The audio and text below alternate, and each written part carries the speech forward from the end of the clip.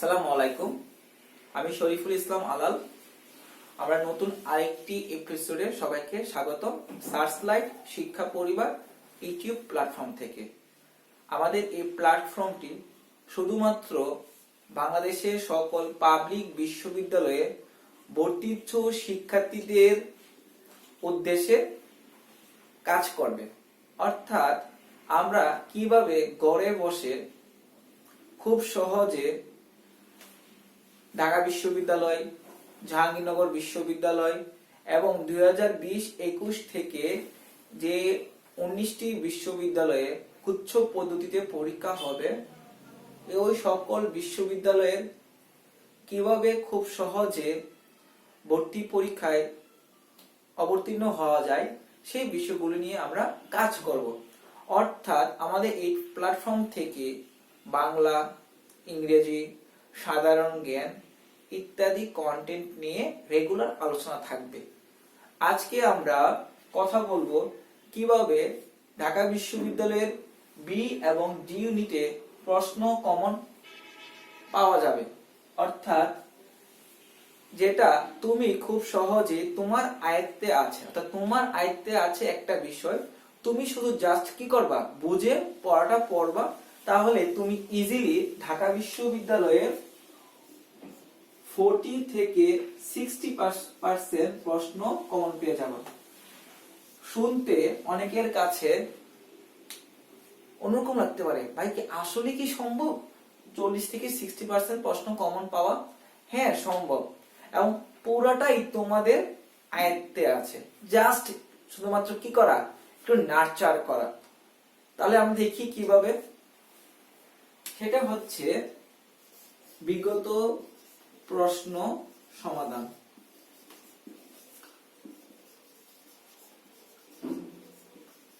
অর্থাৎ আমরা বিগত প্রশ্ন সমাধান করে ইজিলি 40 থেকে 60% প্রশ্ন কমন পেতে পারবো। কোথায়? ঢাকা বিশ্ববিদ্যালয়ে। কোন ইউনিটে? বি এবং ডি ইউনিটে। তোমরা অবশ্যই হেডলাইনটা দেখে বুঝতে পেরেছো, এবং এটা তোমাদের হাতে সম্ভব। দেখো কিভাবে। আমরা কি বললাম, বিগত প্রশ্ন সমাধান। প্রত্যেকের কাছে বিগত প্রশ্ন ব্যাংক আছে। এখন ওইগুলোকে কিভাবে তুমি ইউটিলাইজ করবা। দেখো, বিগত প্রশ্ন তোমাদের এখানে দেখি মনে হতে পারে আলাল ভাইয়া বিগত প্রশ্ন সমাধানের কথা বলছেন শুধুমাত্র ঢাকা বিশ্ববিদ্যালয়ে, তাই না? না, খেয়াল করে দেখো, আমি লিখলাম number 1 Dhaka university.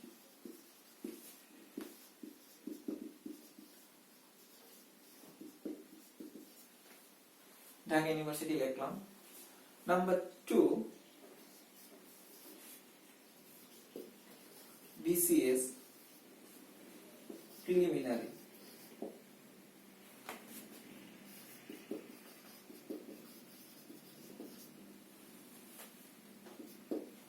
BCS preliminary.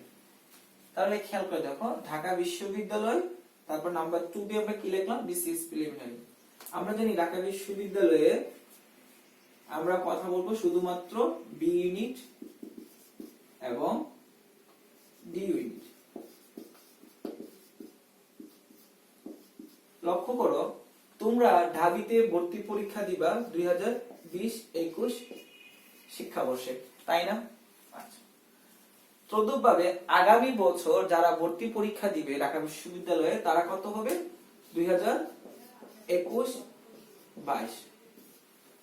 তারপরে বছর যারা পরীক্ষা দিবে কত? 2022-23। এই আগামী 3 বছর প্রত্যেকের ক্ষেত্রে সেম কথাই প্রযোজ্য। লক্ষ্য করো, বি ইউনিট, অর্থাৎ বি ইউনিটে যারা তোমরা 2020-21 পরীক্ষা দিবা, তারা হচ্ছে 2019 থেকে 2010, এবং ডি ইউনিটের ক্ষেত্রে 2019 থেকে 2010। তাহলে আমরা প্রশ্ন পাচ্ছি মোট কয় বছর? বি ইউনিটের ক্ষেত্রে 10 বছর, ডি ইউনিটের ক্ষেত্রে 10 বছর। এ হচ্ছে টোটাল 20 ইয়ার্স। বিসিএস প্রিলিমিনারি আমরা জানি এ পর্যন্ত বিসিএস প্রিলি হয়েছে 10 বিসিএস থেকে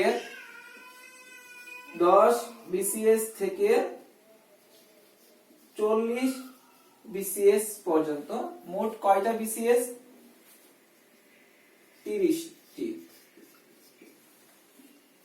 অর্থাৎ ঢাকা ভার্সিটির বিগত বি এবং ডি ইউনিটের 20 বছরের প্রশ্ন, বিসিএস প্রিলিমিনারির 30টা বিসিএস এর বিগত প্রশ্ন সমাধান করলে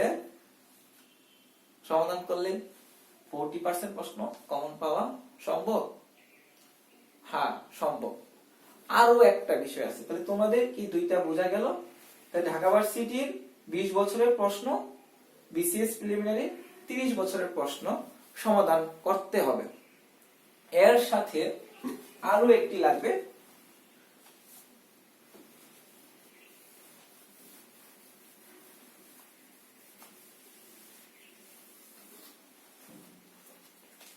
নাম্বার 3,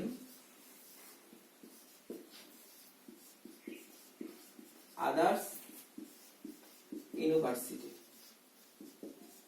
আদার্স ইউনিভার্সিটির মধ্যে তোমাদেরকে রাজশাহী ইউনিভার্সিটি,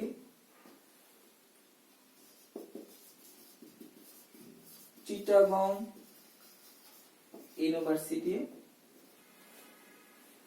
আদার্স ইউনিভার্সিটির মধ্যে রাজশাহী ইউনিভার্সিটিতে 2019 থেকে 2015, চিটাগং ইউনিভার্সিটিতে 2019 থেকে 2015। তাহলে কয় বছর হলো? 5 বছর, 5 বছর, টোটাল 10 ইয়ার্স প্রশ্ন।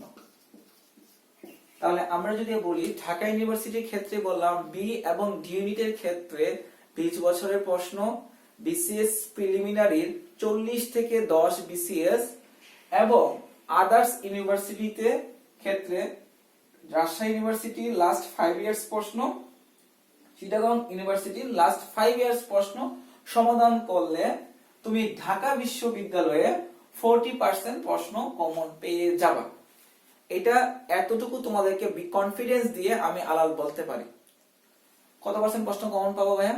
40% প্রশ্ন। এখন প্রশ্ন সমাধান করলেই হবে না, প্রশ্নগুলো যদি তুমি ব্যাখ্যা সহ পড়তে পারো তাহলে তুমি 60% এ যেতে পারবা। 40% প্রশ্ন যদি তুমি বিগত প্রশ্নগুলো ভালো করে রিভাইজড করো, আর ভাইয়া আমি 40 না, আমি 50 থেকে 60% এ যেতে চাই, তাহলে তোমাদের বলবো এই যে বিগত প্রশ্নগুলো তাকে ব্যাখ্যা সহ পড়তে হবে। তাহলে ভাইয়া বিগত, এখন তোমাদের প্রশ্ন আসবে ভাইয়া বিগত প্রশ্নগুলো আমরা কিভাবে সমাধান করতে পারি? খেয়াল করো,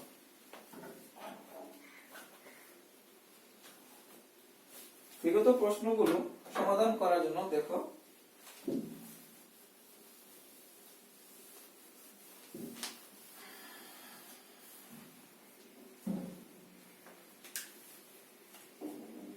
কিভাবে আমরা বিগত প্রশ্নগুলো সমাধান করব।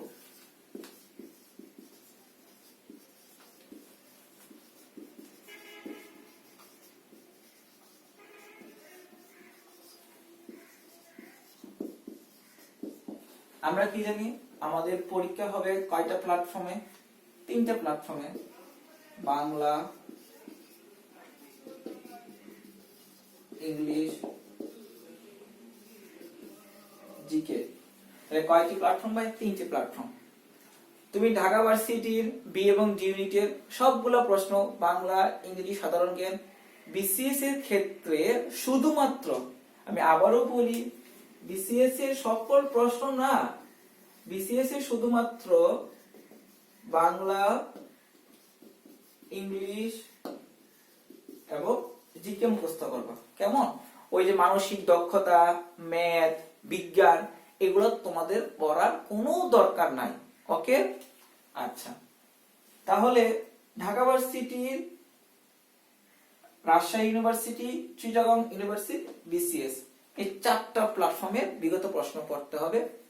কত বছরের প্রশ্ন পড়তে হবে তা একটু আগে বলে দিয়েছি, তোমরা অবশ্যই লক্ষ্য করেছো?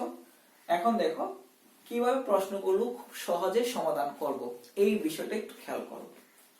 খেয়াল করে দেখো বাংলার ক্ষেত্রে, আচ্ছা ইংলিশ এবং জিকে, তুমি দেখো না, আমি দেখো সাইড করে একটু বোঝানোর জন্য লিখতেছি তোমাদেরকে। ডাবি, বিসিএস, রাবি, চবি।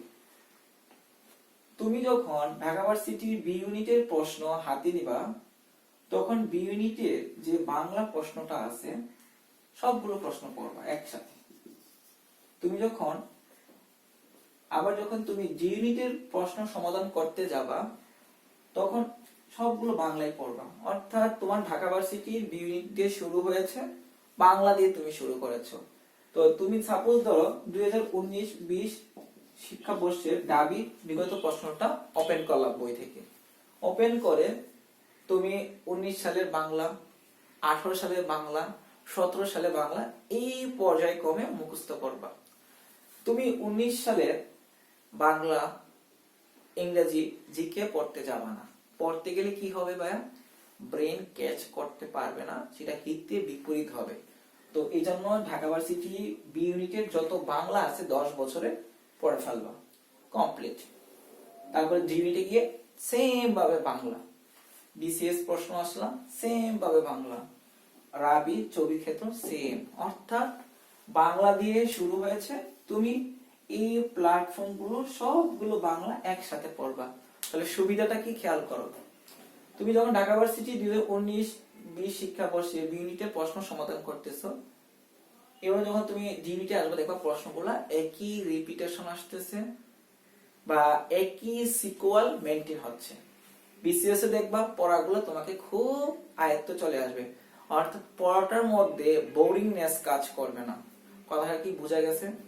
অনেকে বলবে তোমাকে এরকম কথা, ভাই আমি যখন 10 বছরের বাংলায় পড়তেছি, পড়ার পরে বাংলার প্রতি আর ভালো লাগতেছে না, এক গেমে লাগতেছে।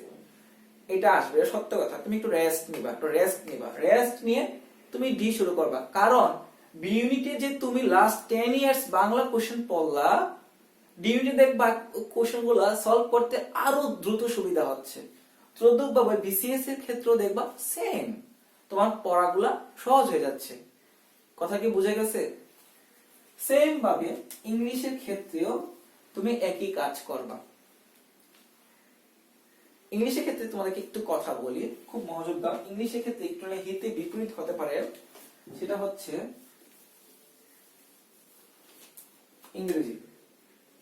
ইংলিশকে যখন তুমি বিগত প্রশ্ন সলভ করবা, দুইটা পদ্ধতি অনুসরণ করবা। আমরা জানি ইংলিশের একটা হচ্ছে গ্রামার বেস পার্ট আর একটা হচ্ছে মেমোরাইজিং পার্ট। গ্রামার পার্টের ক্ষেত্রে তুমি যে কাজটা করবা সেটা হচ্ছে গ্রামার পার্টগুলো সলভ করতে থাকবা।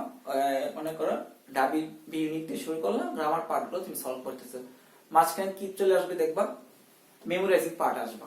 ওই মেমোরাইজিং পার্টটা তোমাকে ওই সময় পড়া দরকার নাই। মেমোরাইজিং পার্টটা দেখলে তুমি লাল কালি দিয়ে বৃত্ত বরাট করে রাখবা। তুমি পড়বা, পরে চলে যাবা, কিন্তু প্রশ্নটার মধ্যে কি করবা? গোল দাগ দিয়ে রাখবা। কারণ আমাদের মেমোরাইজিং পার্ট মুখস্থ করতে অনেক ব্যাক পেতে হয়, অনেকের সহজে মনে থাকে না। এই জন্য তুমি যখন বিগত প্রশ্নের মধ্যে যে মেমোরাইজিং যে অংশটা দেখবা, ওইটা বৃত্ত বরাট করে রাখলে তোমার পড়াটা পরবর্তীতে দ্রুত রিভাইজ করতে সুবিধা হবে। তাহলে কি করলো, যখন তুমি গ্রামার পার্ট সলভ করবা, সলভ করার সময় যখনই মেমোরাইজিং দেখবা তখনই বৃত্ত বরাট করবা। এভাবে ঢাবি, বিসিএস, রাজশাহী, চিটাগং ইউনিভার্সিটি প্রশ্নগুলো সমাধান করবা। তোমরা আরো একটা কাজ করতে পারো, যেহেতু ইংরেজির প্রতি সবারই একটা দুর্বলতা কাজ করে, ভীতি কাজ করে, বিশেষ করে মেমোরাইজিং ক্ষেত্রে।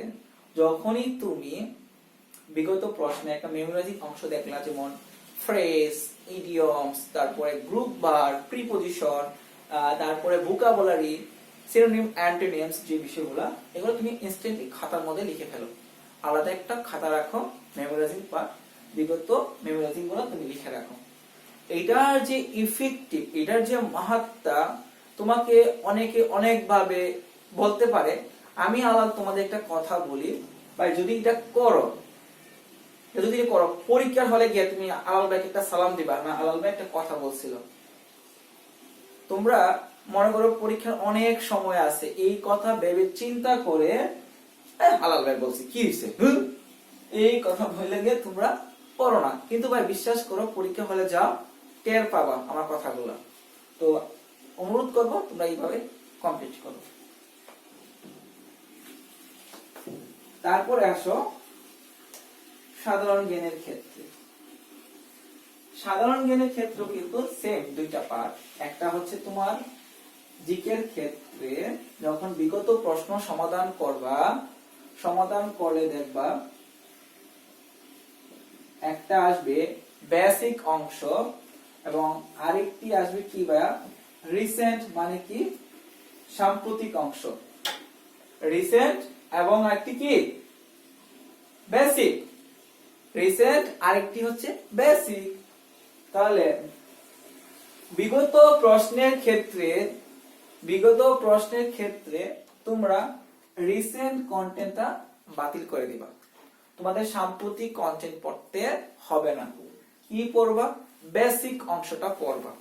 যখনই দেখবা একটা রিসেন্ট আসতেছে, এটা কি করবা, কেটে দিবা।